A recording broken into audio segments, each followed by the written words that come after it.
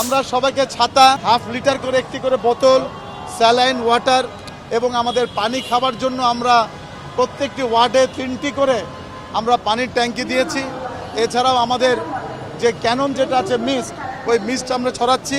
তার সাথে সাথে কিন্তু গতকাল বৃষ্টি হয়েছে, আজকে কিন্তু রৌদ্র। এটা ডেঙ্গু মশার জন্য একটা অত্যন্ত একটা সুবর্ণ ক্ষেত্র। একদিকে হলো রৌদ্র, বৃষ্টি রৌদ্র, আর একদিকে এডিস মশাজনক ক্ষেত্র।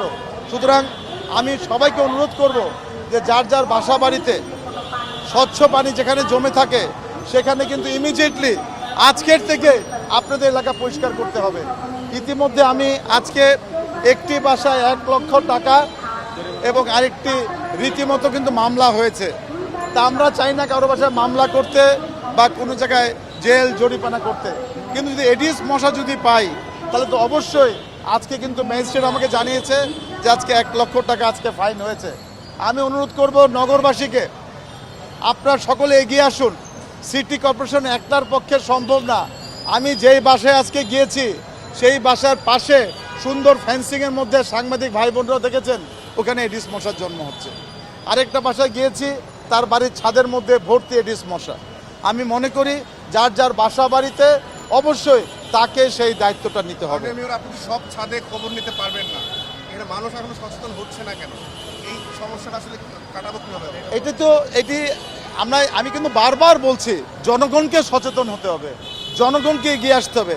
অনেকে বলছে আমি ফাইন কেন করছি, আমরা ফাইন ছাড়া তো আর কোনো গতি দেখছি না। তো আমরা আজকে যে বাসায় ফাইন করলাম 1 লক্ষ টাকা, উনি কিন্তু এতক্ষণ আমার পিছনেই ঘুরে করে দেন।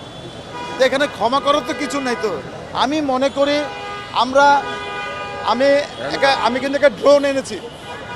এই ড্রোনের মাধ্যমে আমরা কিন্তু বিভিন্ন বাসার ছাদের মধ্যে কোথাও কোথাও পানি জমে আছে ওটা কিন্তু দেখছি। অনেকে বলছে ড্রোন দিয়ে মশা মারছে, আমি কিন্তু ড্রোন দিয়ে মশা মারছি না। আমি ড্রোন দিয়ে দেখছি যে ছাদের উপরে কোথায় লার্ভা জমে আছে।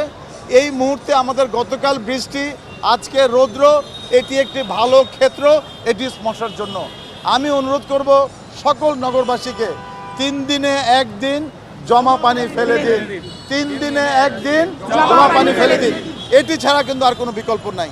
এছাড়াও আমাদের সিটি কর্পোরেশন থেকে আমরা নিজেরাই মসকিউটো ট্র্যাপের মাধ্যমে আমরা ট্র্যাপ বসিয়েছি সিটি কর্পোরেশন নিজে। অন্যান্য সময় স্বাস্থ্য অধিদপ্তর থেকে আমাদেরকে তথ্য দেয়, কিন্তু এবারটা আমরা তার আগেই নিজেরা ট্র্যাপ বসিয়ে আমরা এন্ট্রামোলিস্টের মাধ্যমে কোন কোন এলাকাতে বেশি ঘনত্ব আমরা সেই ধরনের একটা অভিযান আমরা শুরু করেছি।